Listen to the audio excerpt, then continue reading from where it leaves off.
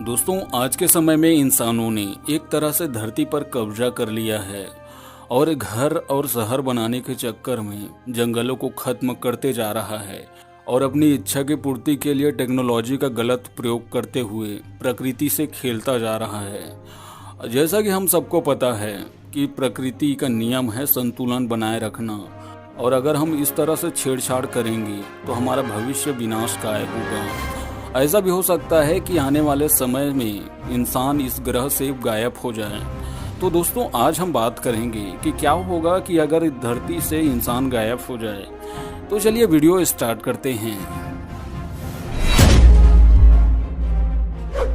कुछ घंटों बाद पावर प्रोसेस काम करना बंद कर देंगे, क्योंकि ज़्यादातर पावर प्रोसेस फाजिल फ्यूल से चलते हैं, और कुछ ही दिन के बाद अंडरग्राउंड टनल और मेट्रो भी बंद हो जाएंगी और हमारे घरों में रहने वाले जानवर भी मर जाएंगे, क्योंकि उनको खाने पीने देने के लिए कोई नहीं होगा। बड़े जानवर छोटे जानवर को मार डालेंगे, वही जानवर बचेंगे जो ताकतवर हैं। हर तरफ जंगल राज का माहौल होगा। 30 साल बाद धरती के सभी शहरों पर दोबारा पेड़ पौधों का कब्जा होने लगेगा।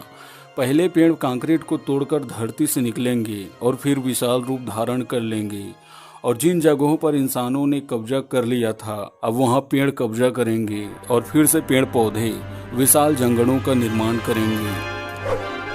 करीब 300 साल बाद धातु से बनी हुई सारी चीजें टूटना शुरू कर देंगी। फ्रांस का एफिल टावर हो या लोहे से बना हुआ पुल, सारे टूटकर बिखर जाएंगे और सारे बिल्डिंग मिट्टी में मिल जाएंगे। और इसी समय में बांध ब्रिज भी टूट जाएंगे, जिससे नदियां भारी तबाही करेंगी, जिससे संपूर्ण धरती पर मौत तांडव करेगा।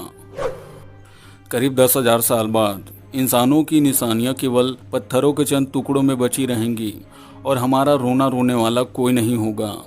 हमारी सभ्यता भी उन पत्थरों के सहारे हमारी अतीत का खुलकर प्रदर्शन करेंगी। करीब 1 करोड़ साल बाद इंसानों की बनाई इस बस्ती का सिर्फ कांच का टुकड़ा और प्लास्टिक ही बचेगा, और सारी चीजें नष्ट हो जाएंगी जिन पर हम इतने डिपेंड थे कि हमारा विनाश भी हमको नहीं दिखा।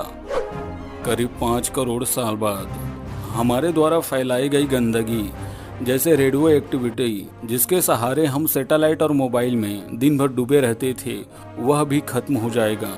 और अब यह धरती बिल्कुल अकेला हो गया है, रोता हुआ।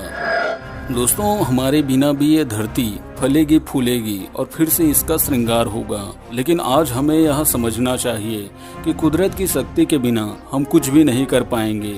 हम जिस तरह आज छोटी छोटी जमीनों के लिए धरती को बर्बाद कर रहे हैं और जाति धर्म नस्ल के नाम पर दुनिया को बांट रहे हैं, और हो सकता है कि हमारी आने वाली नस्लें इस धरती की खूबसूरती न देख पाए।